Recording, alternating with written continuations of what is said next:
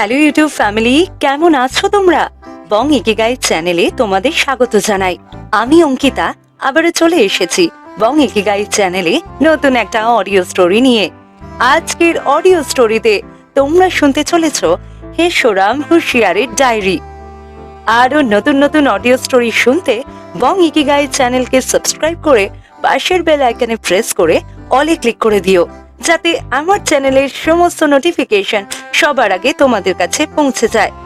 আমাকে আরো উৎসাহ দিতে গল্পটিতে লাইক কমেন্ট করে গল্পটি শেয়ার করে দিও। এইভাবেই পাশে থেকো এবং সাথে থেকো। তাহলে চলো আর দেরি না করে শুরু করা যাক আজকের অডিও স্টোরি, হেসোরাম হুঁশিয়ারের ডায়েরি।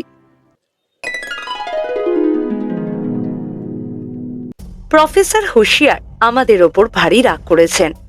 আমরা সেকালের জীবজন্তু সম্বন্ধে নানা কথা ছাপিয়েছি, কিন্তু কোথাও তার অদ্ভুত শিকার কাহিনীর কোনো উল্লেখ করিনি। সত্যি এটা আমাদের ভারী অন্যায়। আমরা সেসব কাহিনী কিছুই জানতাম না, কিন্তু প্রফেসর হুঁশিয়ার তার শিকারের ডায়েরি থেকে কিছু কিছু উদ্ধার করে আমাদের পাঠিয়েছেন। আমরা তারই কিছু কিছু ছাপিয়ে দিলাম। এইসব সত্যি কি মিথ্যা তা তোমরা বিচার করে নিও। 26শে জুন 1922, কারাকোরম, বন্দকুশ পাহাড়ের 10 মাইল উত্তর। আমরা এখন সব শুদ্ধ 10 জন। আমি, আমার ভাগ্নে চন্দ্রখাই, 2 জন শিকারী চক্কর সিং আর লক্কর সিং, আর 6 জন কুলি। আমার কুকুরটাও সঙ্গে সঙ্গেই চলেছে। নদীর ধারে তাঁবু খাটিয়ে জিনিসপত্র সব কুলিদের জিম্মায় দিয়ে আমি, চন্দ্রখাই আর শিকারী 2 জন সঙ্গে করে বেরিয়ে পড়লাম। সঙ্গে বন্দুক, ম্যাপ আর একটা মস্ত বাক্স, তাতে আমাদের যন্ত্রপাতি আর খাবার জিনিস। 2 ঘন্টা পথ চলে আমরা এক জায়গায় এলাম। সেখানকার সবই কেমন অদ্ভুত রকম। বড় বড় গাছ, তার একটারও নাম আমরা জানি না। একটা গাছে প্রকাণ্ড বেলের মতো মস্ত মস্ত লাল রঙের ফুল ঝুলছে। একটা ফুলের গাছ দেখলাম, তাতে হলদে সাদা ফুল হয়েছে, এক একটা 1.5 হাত লম্বা। আর একটা গাছে ঝিঙের মতো কি সব ঝুলছে। 25 হাত দূর থেকে তার ঝাঁঝালো গন্ধ পাওয়া যায়। আমরা অবাক হয়ে এইসব দেখছি। এমন সময় হঠাৎ হুপ হাপ গুপ গাব শব্দে পাহাড়ের উপর থেকে ভয়ানক একটা কোলাহল শোনা গেল। আমি আর শিকারী 2 জন তৎক্ষণাৎ বন্দুক নিয়ে খাড়া, কিন্তু চন্দ্রখাই বাক্স থেকে 2টো টিন জ্যাম বের করে নিশ্চিন্তে বসে খেতে লাগলো। ওইটি তার একটা মস্ত দোষ। খাওয়া পেলে তার আর বিপদ আপদ কিছুরই জ্ঞান থাকে না। এইভাবে প্রায় মিনিট 2 দাঁড়িয়ে থাকবার পর লক্কর সিং হঠাৎ দেখতে পেল হাতির চাইতেও বড় কি একটা জন্তু গাছের ওপর থেকে তার দিকে তাকিয়ে তাকিয়ে হাসছে।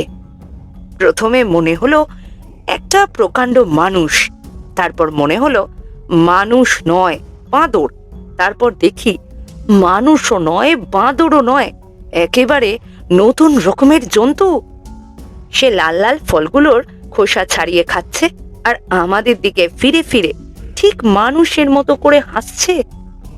দেখতে দেখতে 25-30টা ফল সে টপাটপ খেয়ে শেষ করলো। আমরা এই সুযোগে তার কয়েকখানা ছবি তুলে ফেললাম। তারপর চন্দ্রখাই ভরসা করে এগিয়ে তাকে কিছু খাবার দিয়ে আসলো।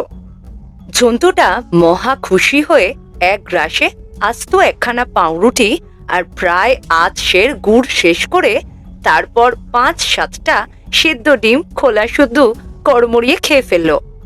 একটা টিনে করে গুড় দেয়া হয়েছিল, সেই টিনটাও সে খাবার মতলব করেছিল, কিন্তু খানিকক্ষণ চিবিয়ে হঠাৎ বিশ্রী মুখ করে সে কান্নার সুরে গাও গাও শব্দে বিকট চিৎকার করে জঙ্গলের মধ্যে কোথায় যেন মিলিয়ে গেল। আমি জন্তুটার নাম দিয়েছি হ্যাংলা থেরিয়াম। 24শে জুলাই 1922, বন্দাকুশ পাহাড়ের 21 মাইল উত্তর। এখানে এত দেখবার জিনিস আছে, নতুন নতুন এত সব গাছপালা জীবজন্তু, যে তারই সন্ধান করতে আর নমুনা সংগ্রহ করতে আমাদের সময় কেটে যাচ্ছে। 200 রকম পোকা আর প্রজাপতি আর 500 রকম গাছপালা ফুল ফল সংগ্রহ করেছি। আর ছবি যে কত তুলেছি তার সংখ্যাই হয় না। একটা কোনো জ্যান্ত জানোয়ার ধরে সঙ্গে নেওয়ার ইচ্ছা আছে, দেখা যাক কতদূর কি হয়। সেবার যখন কটক টোডন আমায় তাড়া করেছিল তখন সে কথা কেউ বিশ্বাসই করেনি। এবার তাই জলজ্যান্ত প্রমাণ সংগ্রহ করে নিচ্ছি। আমরা যখন বন্দাকুশ পাহাড়ে উঠেছিলাম তখন পাহাড়টা কত উঁচু তা মাপা হয়নি। সেদিন জরিপের যন্ত্র দিয়ে আমি আর চন্দ্রখাই পাহাড়টাকে মেপে দেখলাম। আমার হিসাবে হলো 16,000 ফুট, কিন্তু চন্দ্রখাই হিসাব করলো 42,000। তাই আজ আবার সাবধানে দুজনে মিলে মেপে দেখলাম, এবার হলো মোটে 2,700 ফুট। বোধহয় আমাদের যন্ত্রে কোনো দোষ হয়ে থাকবে। যা হোক, এটা নিশ্চয় যে এ পর্যন্ত ওই পাহাড়ের চূড়োয় আর কেউ ওঠেনি। এ এক সম্পূর্ণ অজানা দেশ। কোথাও জনমানুষের চিহ্ন মাত্র নেই। নিজেদের ম্যাপ নিজেরাই তৈরি করে পথ চলতে হয়। আজ সকালে একটা কাণ্ড হয়ে গেছে। লক্কর সিং একটা গাছে হলদে রঙের ফল ফলেছে দেখে তারই একটুখানি খেতে গিয়েছিল। এক কামড় খেতেই হঠাৎ হাত পা খিচিয়ে সে আর্তনাদ করে মাটিতে পড়ে ছটফট করতে লাগলো। তাই দেখে চক্কর সিং ভাইয়া রে ভাইয়া বলে কেঁদে অস্থির। যা হোক, মিনিট 10 ওই রকম হাত পা ছুঁড়ে লক্কর সিং একটু ঠান্ডা হয়ে উঠে বসলো। তখন আমাদের চোখে পড়ল যে একটা জন্তু গাছেই ঝোপের আড়াল থেকে অত্যন্ত বিরক্ত মতো মুখ করে আমাদের দিকে তাকিয়ে আছে। তার চেহারা দেখলে মনে হয় যে সংসারে তার কোনো সুখ নেই। এসব গোলমাল কান্নাকাটি কিছুই তার পছন্দ হচ্ছে না। আমি তার নাম দিয়েছি গোমরা থেরিয়াম। এমন খিটখিটে খুঁতখুঁতে গোমরা মেজাজের জন্তু আমরা আর দ্বিতীয় দেখিনি। আমরা তাকে তোয়াজ টোয়াজ করে খাবার দিয়ে ভোলাবার চেষ্টা করেছিলাম। সে অত্যন্ত বিশ্রী মতো মুখ করে ফোস ফোস ঘোত ঘোত করে অনেক আপত্তি জানিয়ে আধখানা পাউরুটি আর 2টো কলা খেয়ে তারপর একটুখানি পেয়ারার জেলি মুখে দিতেই এমন চটে গেল যে রেগে সারা গায়ে জেলি আর মাখন মাখিয়ে আমাদের দিকে পিছন ফিরে মাটিতে মাথা ঠুকতে লাগলো। 14ই আগস্ট, বন্দাকুশ পাহাড়ের 25 মাইল উত্তর। ট্যাপ ট্যাপ থ্যাপ থ্যাপ ছুপ ছাপ। সকালবেলায় খেতে বসেছি, এমন সময় এইরকম একটা শব্দ শোনা গেল। একটুখানি উঁকি মেরে দেখি আমাদের তাঁবুর কাছে প্রায় উট পাখির মতো বড় একটা অদ্ভুত রকম পাখি অদ্ভুত ভঙ্গিতে ঘুরে বেড়াচ্ছে। সে কোন দিকে চলবে তার কিছুই যে ঠিক ঠিকানা নাই। ডান পা এদিকে যায় তো বাঁ পা ওদিকে, সামনে চলবে তো পিছন বাগে চায়। 10 পা না যেতেই পায়ে পা জড়িয়ে হোঁচট খেয়ে পড়ে। তার বোধহয় ইচ্ছা ছিল তাঁবুটা ভালো করে দেখে, কিন্তু হঠাৎ আমায় দেখতে পেয়ে সে এমন ভড়কে গেল যে তক্ষুনি হুমড়ি খেয়ে হুড়মুড় করে পড়ে গেল। তারপর এক ঠ্যাঙে লাফাতে লাফাতে প্রায় হাত 10 গিয়ে আবার হেলে দুলে ঘাড় বেঁকিয়ে দেখতে লাগলো। চন্দ্রখাই এই দেখে বলল, ঠিক হয়েছে, এইটাকে ধরে আমাদের সঙ্গে নিয়ে যাওয়া যাক। তখন সকলের উৎসাহ দেখে কে? আমি চক্কর সিংকে বললাম, তুমি বন্দুকের আওয়াজ করো, তাহলে পাখিটা নিশ্চয়ই চমকে পড়ে যাবে, আর সেই সুযোগে আমরা 4-5 জন তাকে চেপে ধরব। চক্কর সিং বন্দুক নিয়ে আওয়াজ করতেই পাখিটা ঠ্যাং মুড়ে মাটির ওপর বসে পড়ল আর আমাদের দিকে তাকিয়ে ক্যাট ক্যাট শব্দ করে ভয়ানক জোরে ডানা ঝাপটাতে লাগলো। তাই দেখে আমাদের আর এগোতে সাহস হলো না। কিন্তু লক্কর সিং হাজার হোক তেজি লোক, সে দৌড়ে গিয়ে পাখিটার বুকে ধাই করে এক ছাতার বাড়ি বসিয়ে দিল। ছাতার বাড়ি খেয়ে পাখিটা তৎক্ষণাৎ 2 পা ফাঁক করে উঠে দাঁড়ালো। তারপর লক্কর সিং এর দাঁড়িতে কামড়ে ধরে তার ঘাড়ের ওপর 2 পা দিয়ে ঝুলে পড়ল। ভাইয়ের বিপদ দেখে ছক্কর সিং বন্দুকের বাঁট দিয়ে পাখিটার মাথাটা থেতলে দেওয়ার আয়োজন করেছিল, কিন্তু সে আঘাতটা পাখিটার মাথায় লাগলো না, লাগলো গিয়ে লক্কর সিং এর বুকে। তাতে পাখিটা ভয় পেয়ে লক্কর সিংকে ছেড়ে দিল বটে, কিন্তু দুই ভাইয়ে এমন মারামারি বেঁধে উঠল যে আমরা ভাবলাম দুটোই এবার মরে বুঝি। দুজনের তেজ কি তখন! আমি আর দুজন কুলি ছক্কর সিং এর জামা ধরে টেনে রাখছি, সে আমাদের শুদ্ধ হিঁচড়ে নিয়ে ভাইয়ের নাকে ঘুষি চালাচ্ছে। চন্দ্রখাই রীতিমতো ভারিক্কে মানুষ, সে ছক্কর সিং এর কোমর ধরে লটকে আছে। ছক্কর সিং তাই শুদ্ধ মাটি থেকে 3 হাত লাফিয়ে উঠে বনবন করে বন্দুক ঘোরাচ্ছে। হাজার হোক পাঞ্জাবের লোক কিনা। মারামারি থামাতে গিয়ে সেই ফাঁকে পাখিটা যে কখন পালালো তা আমরা টেরই পেলাম না। যা হোক, এই ল্যাগ ব্যাগ পাখি বা ল্যাগ ব্যাগর্নিসের কতগুলো পালক আর কয়েকটা ফটোগ্রাফ সংগ্রহ হয়েছিল, তাতেই যথেষ্ট প্রমাণ হবে। 1 সেপ্টেম্বর, কাঁকড়ামতি নদীর ধারে খাবার ইত্যাদি ক্রমে ফুরিয়ে আসছে। তরি তরকারি যা ছিল তা তো আগেই ফুরিয়েছে। টাটকা জিনিসের মধ্যে সঙ্গে কতকগুলো হাঁস আর মুরগি আছে, তারা রোজ কয়েকটা করে ডিম দেয়। তাছাড়া খালি বিস্কুট, জ্যাম, টিনের দুধ আর ফল, টিনের মাছ আর মাংস, এই সব কয়েক সপ্তাহের মতো আছে। সুতরাং এই কয়েক সপ্তাহের মধ্যে আমাদের ফিরতে হবে। আমরা এইসব জিনিস গুনছি আর সাজিয়ে গুছিয়ে রাখছি, এমন সময় ছক্কর সিং বলল যে লক্কর সিং ভোরবেলা কোথায় বেরিয়েছে, এখনো ফেরেনি। আমরা বললাম, ব্যস্ত কেন, সে আসবে এখন, যাবে আবার কোথায়? কিন্তু তারপরেও 2-3 ঘন্টা গেল, অথচ লক্কর সিং এর কোনো দেখা পাওয়া গেল না।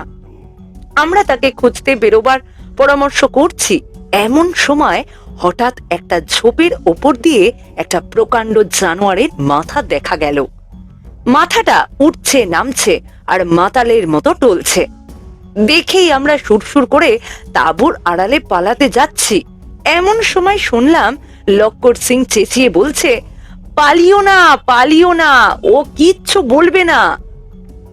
তারপরের মুহূর্তেই দেখি লক্কর সিং বুক ফুলিয়ে সেই ঝোপের আড়াল থেকে বেরিয়ে এলো।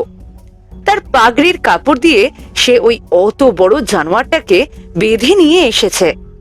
আমাদের প্রশ্নের উত্তরে লক্কর সিং বলল যে সে সকালবেলা কুঁজো নিয়ে নদী থেকে জল আনতে গিয়েছিল। ফেরবার সময় এই জন্তুটার সঙ্গে তার দেখা। তাকে দেখেই জন্তুটা মাটিতে শুয়ে কো কো শব্দ করতে লাগলো। সে দেখলো জন্তুটার পায়ে কাঁটা ফুটেছে আর তাই দিয়ে দরদর করে রক্ত পড়ছে।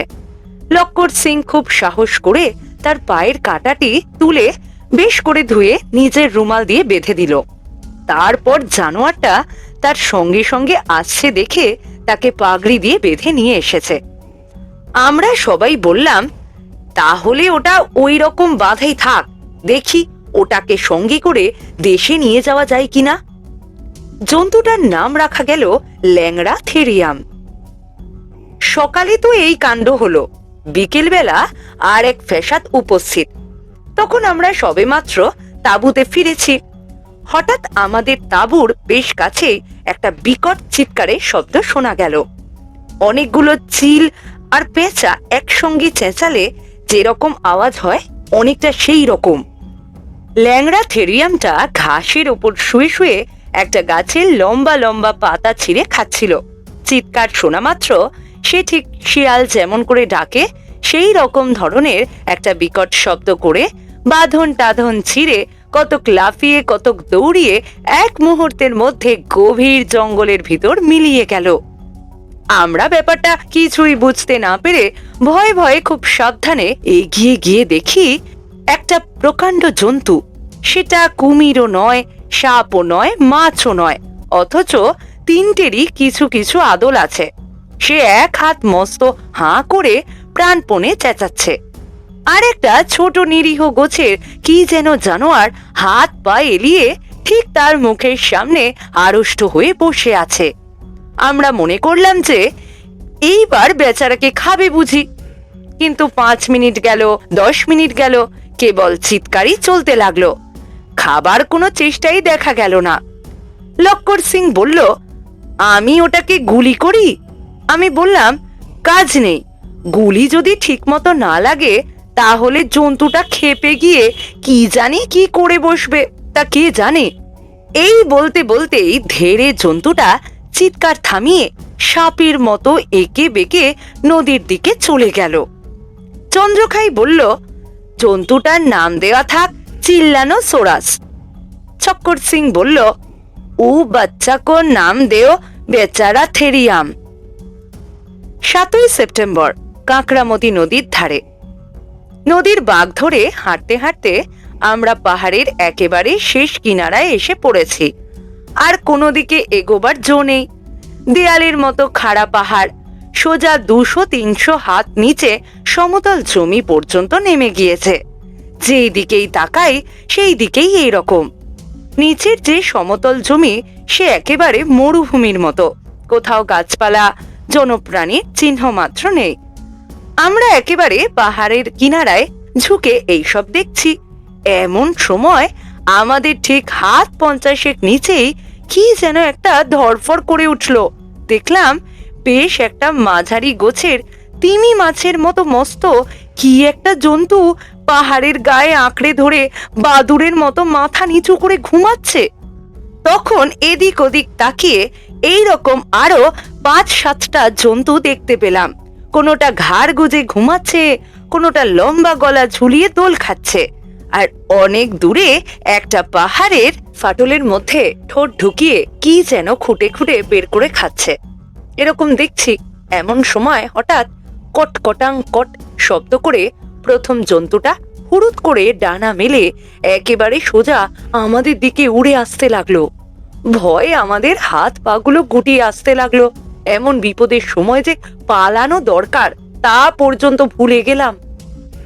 জন্তুটা মুহূর্তের মধ্যে একেবারে আমাদের মাথার উপরে এসে পড়ল। তারপর যে কি হলো আমার ভালো করে মনে নেই, খালি একটু একটু মনে পড়ে একটা অসম্ভব বিটকেল গন্ধের সঙ্গে ঝড়ের মতো ডানা ঝাপটানো আর জন্তুটার ভয়ানক কটকটাং আওয়াজ। একটুখানি ডানার ছাপটা আমার গায়ে লেগেছিল, তাতেই আমার দম বেরিয়ে প্রাণ বের হওয়ার জোগাড় করেছিল। অন্য সকলের অবস্থাও সেই রকম অথবা তার চাইতেও খারাপ। যখন আমার হুঁশ হলো তখন দেখি সকলের গা বেয়ে রক্ত পড়ছে। চক্কর সিং এর একটা চোখ ফুলে প্রায় বন্ধ হওয়ার জোগাড় হয়েছে। লক্কর সিং এর বাঁ হাতটা এমন মচকে গিয়েছে যে সে যন্ত্রণায় আর্তনাদ করছে। আমারও সমস্ত বুকে পিঠে বেদনা ধরে গিয়েছে। কেবল চন্দ্রখাই এক হাতে রুমাল দিয়ে কপালের আর ঘাড়ের রক্ত মুছছে, আর এক হাতে মুঠো বিস্কুট নিয়ে খুব মন দিয়ে খাচ্ছে। আমরা তখনই আর বেশি আলোচনা না করে জিনিসপত্র গুটিয়ে বন্দাকুশ পাহাড়ের দিকে ফিরে চললাম। প্রফেসর হুঁশিয়ারের ডায়েরি এইখানেই শেষ, কিন্তু আমরা আরো খবর জানবার জন্য তাকে চিঠি লিখেছিলাম। তার উত্তরে তিনি তার ভাগ্নেকে পাঠিয়ে দিয়ে লিখলেন, এর কাছেই সব খবর পাবে। চন্দ্রখাইয়ের সঙ্গে আমাদের যে কথাবার্তা হয় খুব সংক্ষেপে তা হচ্ছে এই। আমরা বললাম, আপনারা যে সমস্ত নমুনা সংগ্রহ করেছিলেন সেসব কোথায় গেলে দেখতে পাওয়া যায়? চন্দ্রখাই বলল, সেসব হারিয়ে গেছে। আমরা বললাম, বলেন কি, হারিয়ে গেল? এমন এমন জিনিস সব হারিয়ে ফেললেন? চন্দ্রখাই বলল, হ্যাঁ, প্রাণটুকু যে হারাইনি তাই যথেষ্ট। সে দেশের ঝড় তো আপনারা দেখেননি, তার এক এক ঝাপটায় আমাদের যন্ত্রপাতি, বড় বড় তাঁবু আর নমুনার বাক্স সব কাগজের মতো হুশ করে উড়িয়ে নেয়। আমাকেই তো 5-7 বার উড়িয়ে নিয়েছিল। একবার তো ভাবলাম মরেই গেছি। কুকুরটাকে যে কোথায় উড়িয়ে নিল সে তো আর খুঁজেই পেলাম না। সে যা বিপদ, কাঁটা, কম্পাস, প্ল্যান, ম্যাপ, খাতাপত্র কিছুই আর বাকি রাখেনি। কি করে যে ফিরলাম তা শুনলে আপনার ওই চুল দাড়ি সব সজারুর কাঁটার মতো খাড়া হয়ে উঠবে।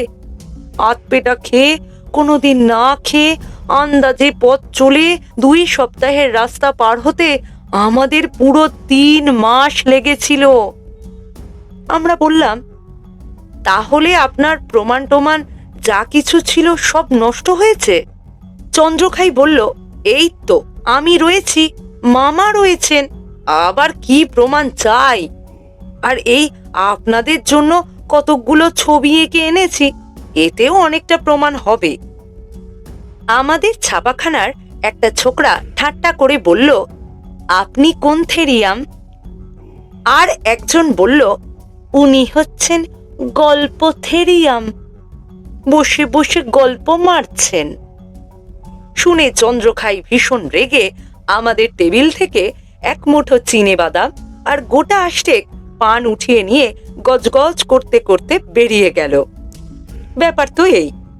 তবে তোমরা কেউ যদি আরো জানতে চাও, তাহলে আমাদের ঠিকানায় প্রফেসর হুঁশিয়ারকে চিঠি লিখলে তার জবাব আনিয়ে দিতে পারি। আর এইখানেই শেষ হলো আজকের অডিও স্টোরি। আজকের অডিও স্টোরিটা তোমাদের কেমন লাগলো তা অবশ্যই কমেন্ট বক্সে জানিও।